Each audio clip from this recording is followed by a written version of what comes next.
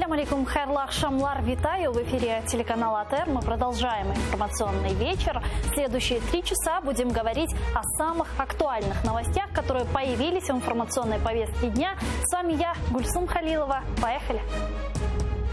Президент роздав купу термінових доручень міністерствам. Дедлайн – кінець року. Суспільство хоче крові. Так заявив генпрокурор. Рябошапка планує гучні посадки.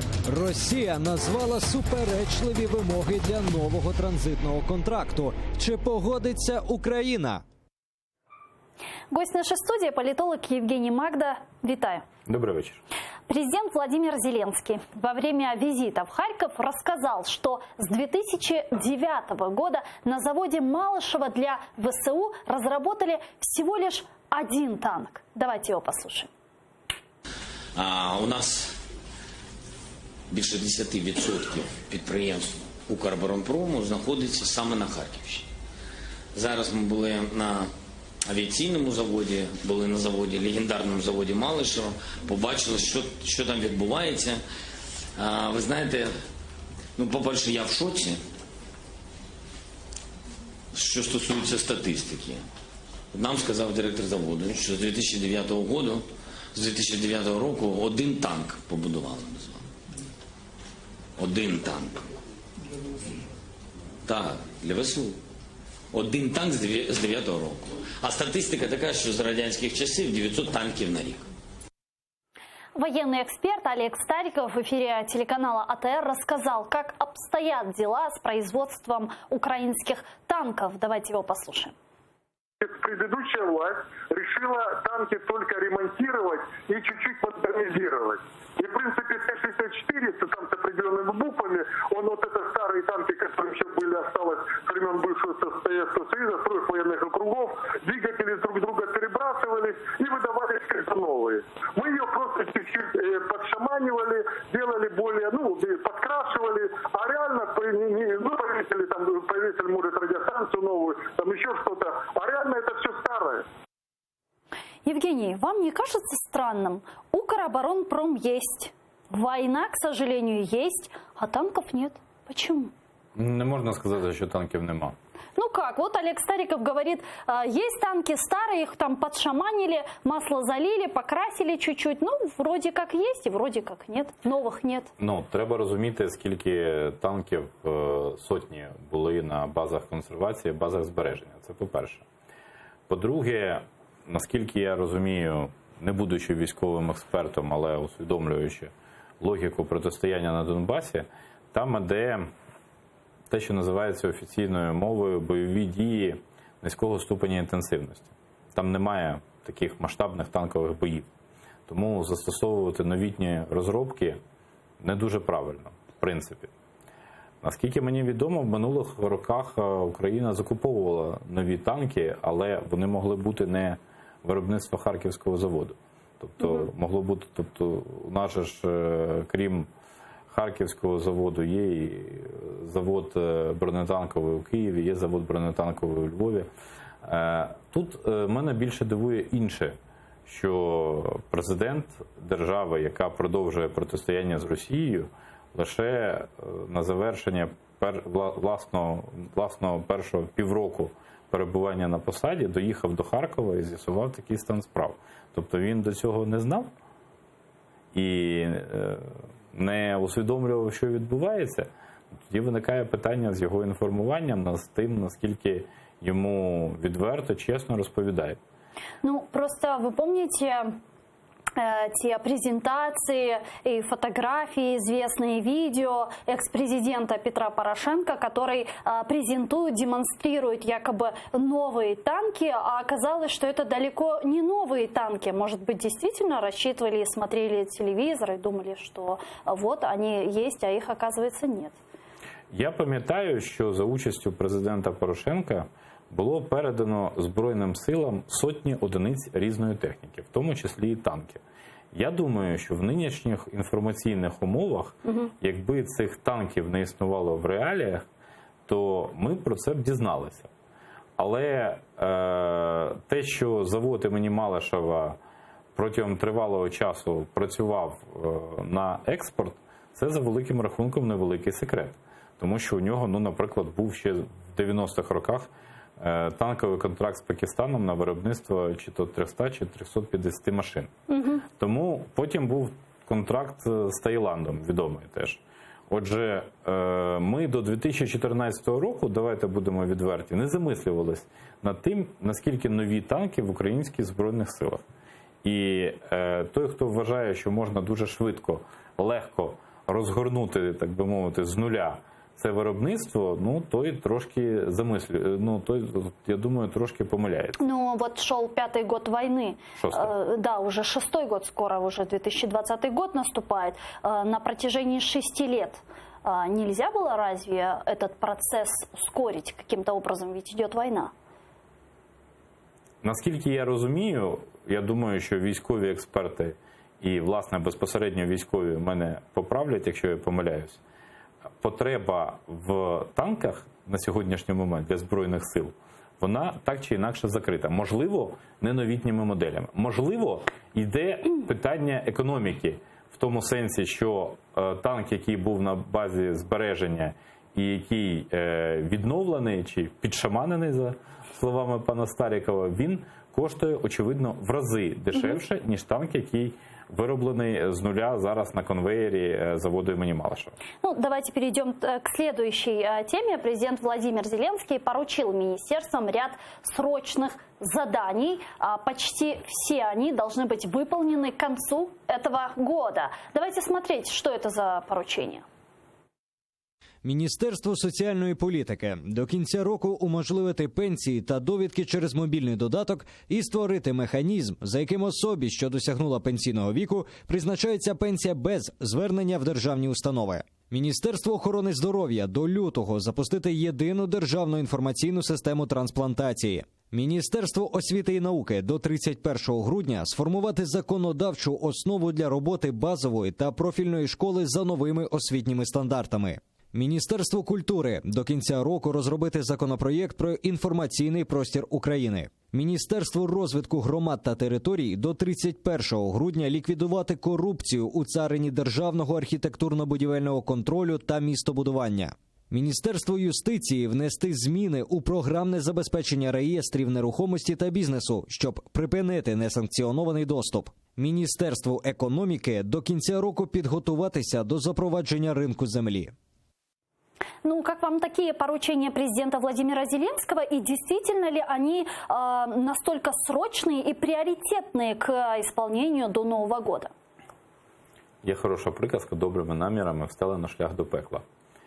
В даному випадку ми якось почали активно забувати, що у нас парламентсько-президентська республіка. Подібні доручення президента суто риторично, він може висловлювати занепокоєння, він може висловлювати побажання. Але безпосередньо давати доручення уряду в такий наказовий спосіб – це робота на телевізійну картинку. Я думаю, в такий спосіб Володимир Зеленський намагається боротися з тими проблемами, які існують всередині фракції «Слуга народу», і демонструвати, що навіть в тих умовах, коли, скажімо, всередині партії влади не все так добре, президент не спить, не куняє і тримає руку на пульсі подій. А в случае, если те органы и структуры, которым он дал вот эти рекомендательные, скажем так, поручения, не выполнят, не успеют к дедлайну это сделать, что их ждет? Какая ответственность? Это просто рекомендательный характер какой-то? Мабуть, президент своїм указом їх ліквідує. Я поки що не бачу, насправді, ніяких логічних наслідків. Володимир Зеленський в інтерв'ю під час свого відомого прес-марафону ж казав, що уряду час відведено до Нового року. От, власне, і такі доручення, я розумію, що всі вчора там сиділи, скрипіли перами, записували інтенсивно, але як втілити це в життя, я не зовсім, чесно кажучи, можна тільки вітати те, що пенсіонери зможуть отримувати гроші там за допомогою смартфону і гроші отримувати на картку, але тут є один такий неприємний нюанс, що з огляду на вік багатьом з них просто буде це незручно. Я вже не кажу про незвично. Хоча, звичайно, у нас є і прогресивні, просунуті дуже пенсіонери, але в масі своїй, я поки що не зовсім уявляю, як десь в сільській глибинці жінка, яка все життя, чи чоловік, яке все життя працювало в сільському господарстві, отримують пенсію через смартфон. От, можливо, я скептик и ретроград, не знаю. Ну, давайте еще несколько поручений президента Владимира Зеленского обсудим с вами, а именно президент поручил Министерству экономики начать подготовку к приватизации. В офисе президента назвали срок. Давайте послушаем. Міністерство економіки має розпочати підготовку до масштабної приватизації. Зокрема, до 31 грудня передати до Фонду державного майна України на приватизацію 500 державних підприємств. 500 государственных предприятий, говорится в сообщении. Вообще, вот популярно объясните, вот что это значит, хорошо ли, плохо ли? В принципі, у нас зараз побутує думка, що державна власність має бути мінімальною. Що держава має бути власником, у всякому разі, мажоритарним власником, даруйте, тільки стратегічних підприємств. Ну, там, на кшталт Укрзалізниці, чи того самого Турбоатома, чи Харківського танкового заводу, наприклад, про сьогодні, який йшлась мова. Тобто в тому, щоб продати державні підприємства, немає нічого поганого, якщо вони знайдуть свого покупця. Я нагадаю, що прем'єр сказав, що вчора ж теж, що уряд розраховує близько 12 мільярдів гривень отримати від приватизації державного майна. На жаль, протягом останнього часу ми спостерігали такий ефект, що розрахунки на отримання коштів від приватизації, вони не завжди корелювалися с реальными доходами. Мы вернемся, потому что я хочу сейчас к нашей беседе подключить экономического эксперта Владимира Дубровского. Он с нами сейчас на прямой связи. Алло, Владимир, слышите ли вы нас? Да, добрый вечер. Ну что ж, вот президент поручил Министерству экономики начать такую массовую приватизацию государственных предприятий. Что вы думаете по этому поводу? Насколько это хорошо для нас и как это ощутят, возможно, украинцы? Ну, во-первых, я хотел бы сказать, что то, что президент поручил министерству, это само по себе нехорошо. Это превышение его конституционных полномочий. Но то, что будет приватизация, если она будет, это очень хорошая новость, потому что на самом деле эти государственные предприятия давно превратились в кормушки для тех, кто сидит у них на потоках. И часть из них уже вообще не работает. И это просто какие-то пустые объекты, которые, может быть, кто-то купит и, может быть, вдохнет в них жизнь. А остальные – это кормушки для коррумпированных чиновников. Они все время независимости были таким пирогом, который делили между собой пришедшие к власти партии. И сейчас, если пришедшая сейчас к власти партия этот пирог наконец-то выставит на продажу и деньги попадут в бюджет, я думаю, что это будет только лучше для всех. Скажите, а как вы видите эту приватизацию? Да, это должна быть какая-то открытая аукционная приватизация, чтобы знать и видеть, кто эти приватные инвесторы, или же нет? Как это должно выглядеть? Ну, безусловно, это должен быть прозрачный процесс.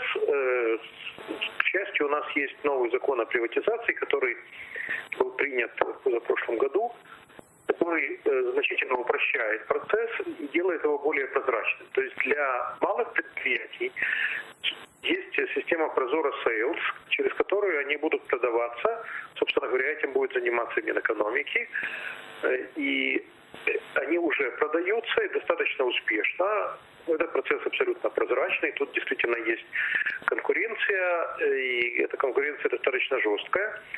С крупными предприятиями дело обстоит не так просто. Их по стандартной процедуре обычно продать нельзя, потому что те предприятия, которые остались в государственной собственности, они остались по каким-то причинам. Они не попали в свое время в ваучерную приватизацию, они не попали в массовую приватизацию начала 2000-х годов.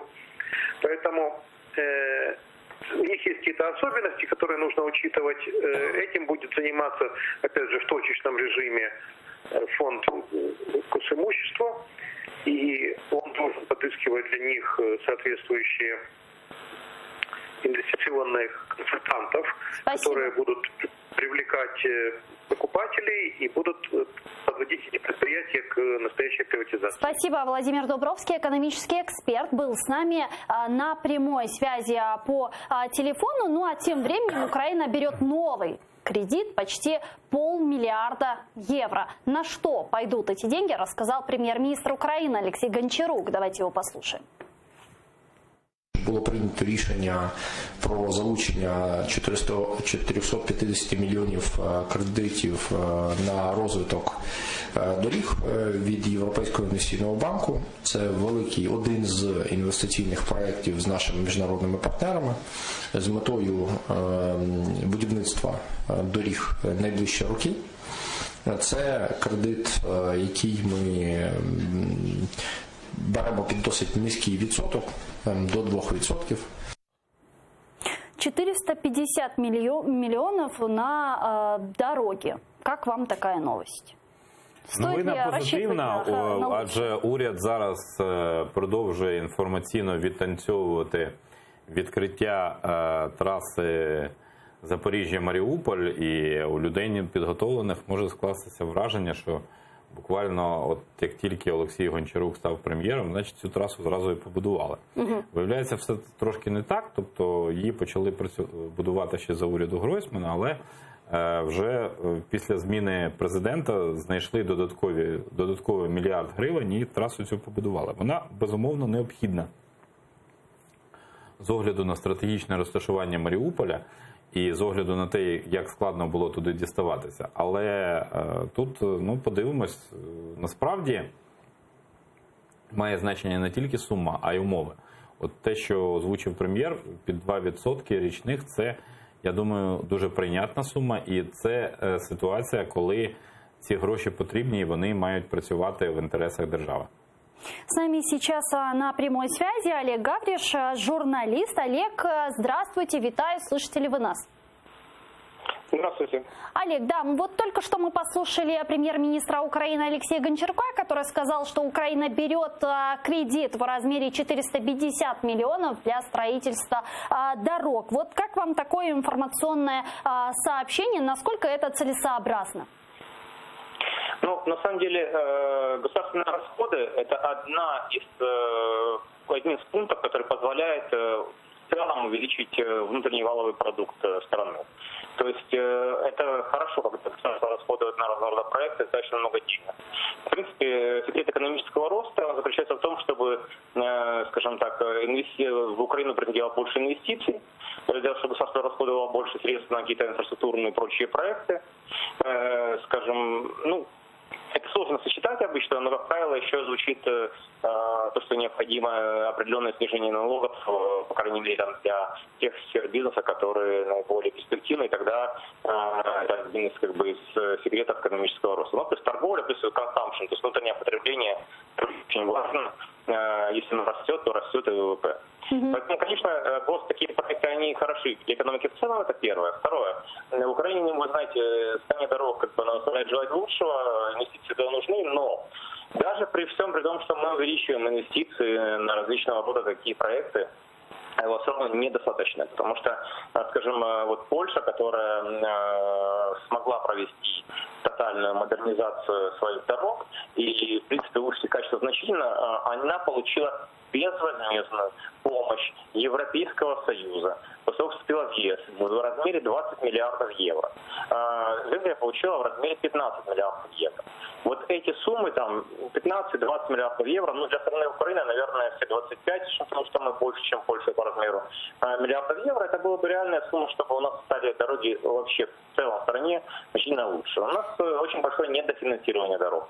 Очень мало денег выделяется на новые проекты. Делаются они, к сожалению, не всегда эффективно, достаточно часто из-за того, что там не бетонное покрытие, а асфальтное, из-за того, что есть перегруз автомобилей грузовых, и никто это не контролирует. Они очень быстро изнашиваются, приходится все время их ремонтировать.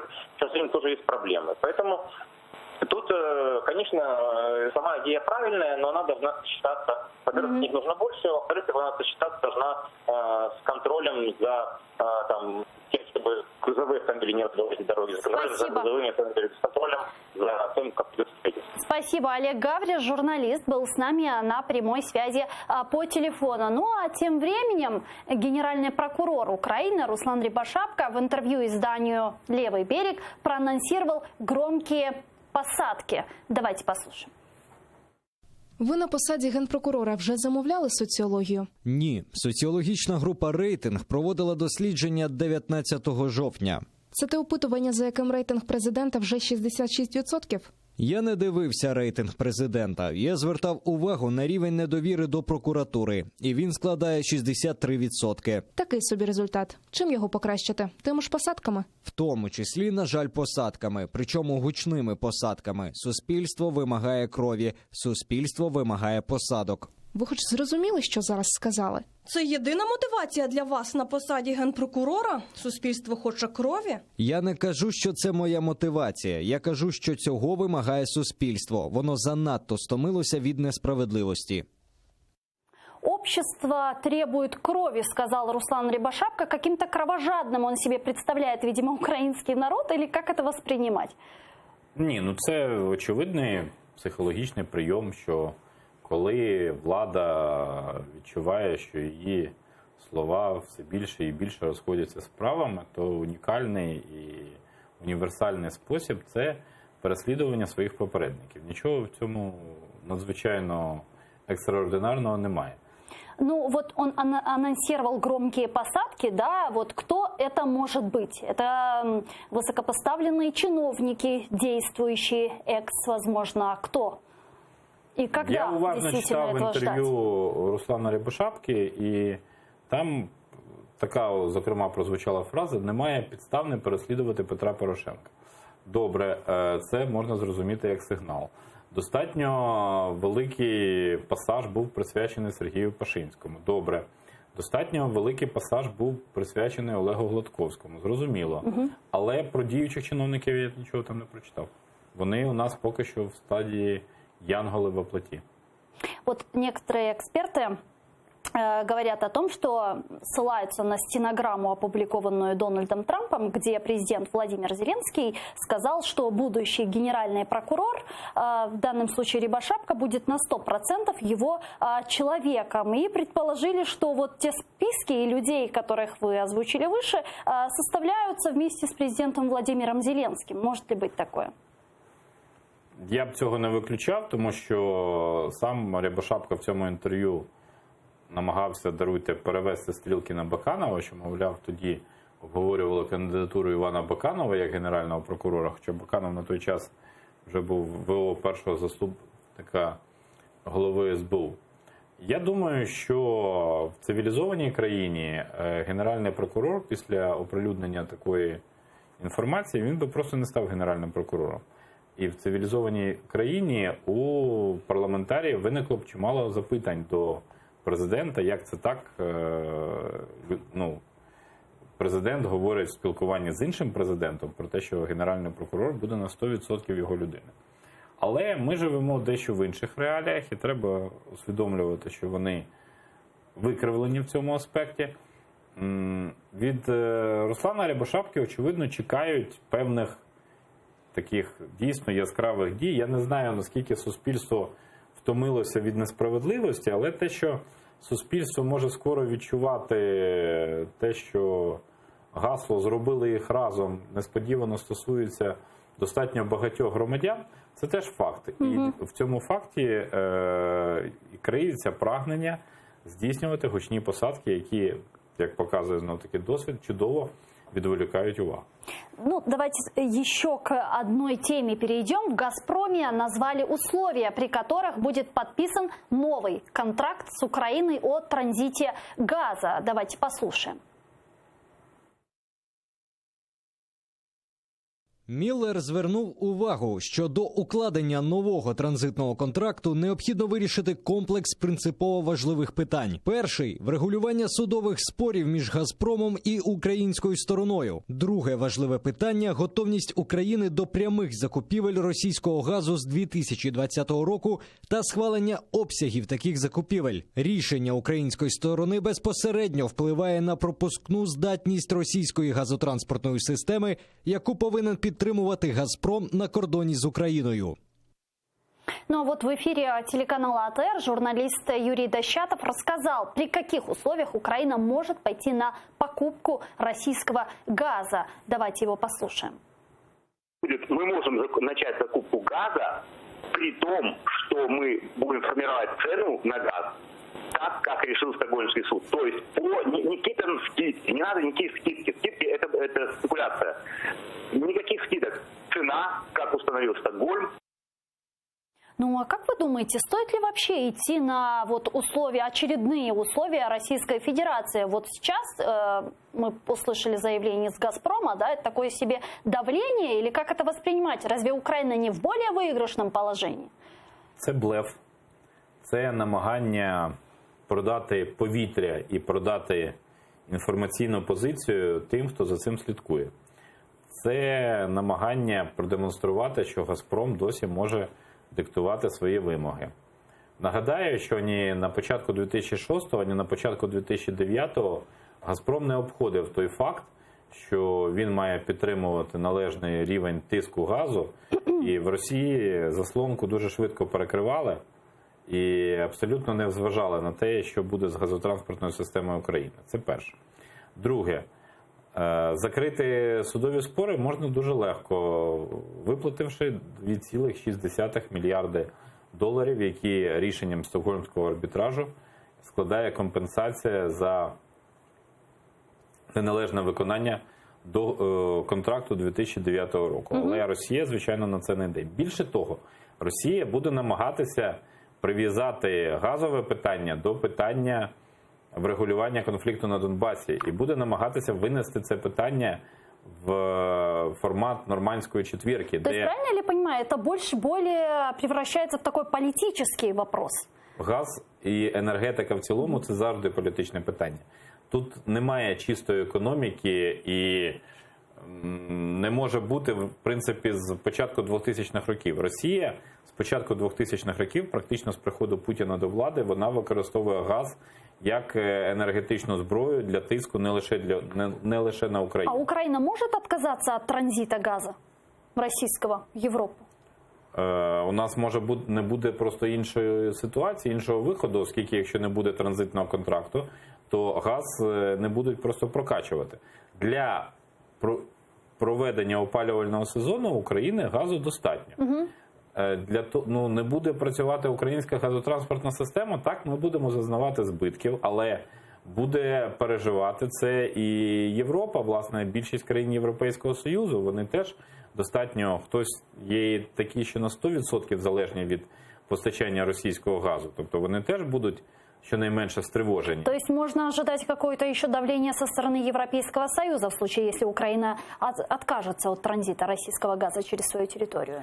Як на мене, в нинішній ситуації Європейський Союз, на відміну від 2006-2009 років, про які я вже говорив, не буде виступати однозначно на стороні Росії, а може бути таким чесним посередником, який намагається відстояти і власні інтереси в цій ситуації. Але в разі, коли це питання буде в нормандській четвірці, то варто зрозуміти, що Німеччина в особі Ангели Меркель зацікавлена в функціонуванні Північного потоку-2, а Франція зацікавлена в тому, щоб розвивати відносини з Росією. Тому ця конфігурація в плані обговорення проблематики, вона є для України небезпечна.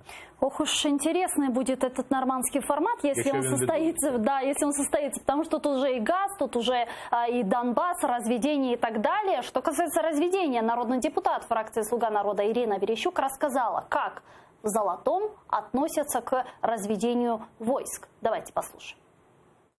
Люди дуже добре обізнані з ситуацією, вони підтримують розведення. Ми це вчора змогли побачити, почути і в прямому ефірі обговорити з ними. Абсолютно проукраїнськи налаштовані, розуміють і усвідомлюють те, що з ними сьогодні відбувається, довіряють українській владі і українській армії. Вот, знаете, заявление правящей партии, в том числе заявление президента Владимира Зеленского, совершенно не коррелируется с тем, что говорят бойцы в Золотом. Те говорят, люди против, а власть говорит, что за. Так кому верить? Ну, я б вірив людям, які там безпосередньо перебувають в Золотому. Ну, от Верещук там була. Ну, от вона там була говорить, да. один день, але не якийсь тривалий час. І я не можу на голому місці заперечувати слова народного депутата. Я думаю, що вона добре усвідомлює те, про що вона говорить. Але лінія на те, що люди підтримують відведення військ, ну, чесно кажучи, вона виглядає дещо дивною. Ну вот, знаете, некоторые эксперты говорят о том, что не стоит опираться на мнение людей, которые находятся в Золотом и в Катериновке, в том числе, это территория, которая останется в серой зоне, а стоит опираться на мнение военных людей, которые разбираются в этом. Вот вы как считаете, так правильно, вот так вот мыслить, это правильная позиция? Звичайно, що рішення має ухвалювати влада, але влада має ухвалювати рішення, проконсультувавшись з усіма тими, хто в цьому компетентний. Проблема в тому, що Україна виконує фактично забаганки Росії, здійснивши розведення в Золотому, в станиці Луганській, там, можливо, завтра почнеться розведення в Петровському, не знаю. Але ці забаганки виконуються, а зустріч в нормандському форматі не наближається. Якщо Володимир Зеленський швидко не усвідомить, що Росія його дурить, і його миротворчості чи мироточивості загрожує достатньо багато факторів, то йому буде достатньо складно потім виходити з тієї політичної кризи, в яку він може потрапити внаслідок подібного розвитку подій. Ну вот разведение войск на Донбассе, это было условием Российской Федерации для встречи в нормандском формате, как и предыдущие условия, которые Украина с подписанием формулы Штайнмайера выполнила. Да? Вот как вы думаете, в случае после разведения тоже не состоится нормандский формат? Я не впевнений, далеко не впевнений в тому, що зустріч в нормандському форматі відбудеться. Росія постійно намагається продемонструвати якісь свої примхи, пам'ятаючи про газові можливості. І Росія достатньо чітко усвідомлює, що в військовому сенсі їй буде складно добитися суттєвих успіхів на Донбасі. Тому вона намагається гучно блефувати і наполягати на тому, що от вона може добитися всього від України. А вона усвідомлює, що зараз зовнішньополітична кон'юнктура така, що Німеччина і Франція швидше виступають на боці Росії, ніж є нейтральними щонайменше. І Росія ці речі добре усвідомлює, тому вона намагається продавити позицию официального Киева. Ну вот буквально 2 минуты еще до завершения нашего эфира. Тема, которую я хочу успеть с вами обсудить, звучит следующим образом. Экс-руководитель гражданской позиции Анатолий Гриценко в эфире радио НВ заявил: если был бы при власти, то арестовал бы Турчинова и Наливайченко. За что? Давайте послушаем. Абсолютно очевидно, що Крим протягом найближчого 10 плюс, а мабуть і більше років, ми не повернемо. І за це має бути відповідальність. Тому одне з найперших рішень – це заарештував Турчинова і Наливайченка. Щоб ці люди понесли відповідальність за здачу Криму, за службову бездіяльність, яка спричинила такі тяжкі наслідки. Как вам такое заявление? Не популизм ли? Політик Анатолій Гриценко, він же ще політик, має право на подібні заяви, але я думаю, що якби полковник Гриценко у 2014 році взяв участь безпосередньо в бойових діях, він би мав на подібну заяву дещо більше морального права, ніж в тому статусі, в якому він є на сьогоднішній момент. А ваше мнение, Наливайченко и Турчинов, виновники в оккупации Крыма, действительно ли так? Знаєте, Україна після Революції Гідності, після втечі Януковича сильно нагадувала важкохвору людину, яка була прикута до ліжка, і до неї в домівку міг зайти практично будь-хто. І те, що зайшов сусід з кримінальними нахилами на ім'я Росія і забрав Крим, В цьому немає нічого дивного, тим більше Росія до цього готувалась протягом тривалого часу. Звичайно, Україні потрібні рішення судів з цього приводу, а не політичні заяви людей, які на сьогоднішній момент, ну, скажімо, більше нагадують категорію героїв вчорашніх днів. Евгений Магда, политолог, был гостем нашей студии. Спасибо вам большое, дуже дякую. А буквально через 5 минут эфир телеканала АТР продолжают новости. Смотрите, не переключайтесь, коршки.